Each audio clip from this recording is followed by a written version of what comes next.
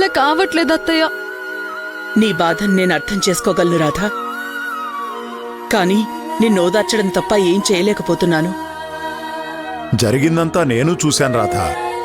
నువ్వు వెళ్ళిపోవాలని నిర్ణయించుకున్నావు కాబట్టి ఖుషీతో కఠినంగా ప్రవర్తించక తప్పదు. నీకు ఈ ఇల్లొదిలి వెళ్లాలని లేదు అని ఒక్క మాట చెప్పు.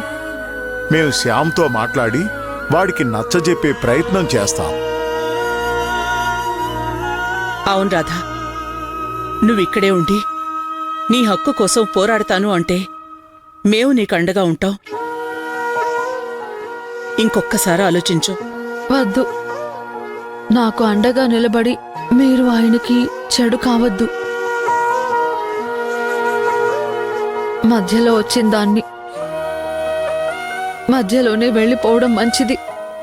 అది కాదు రాధా,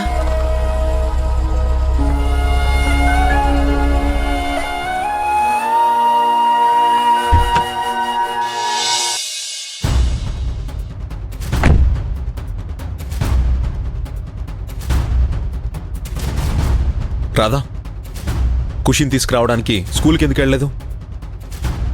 ఎందుకంత సీరియస్ అవుతున్నారు?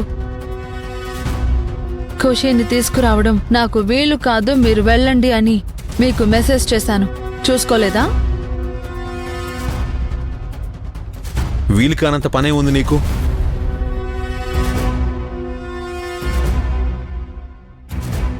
పొద్దున్నుంచి ఇంట్లో ఏం చేయకుండానే కూర్చున్నావు కదా, అప్పుడు మాత్రం ఏం పని గుర్తొచ్చింది నీకు?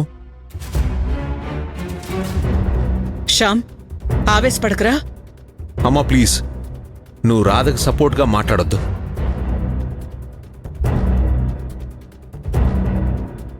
చెప్పు రాధా, ఖుషీని తీసుకురావడానికి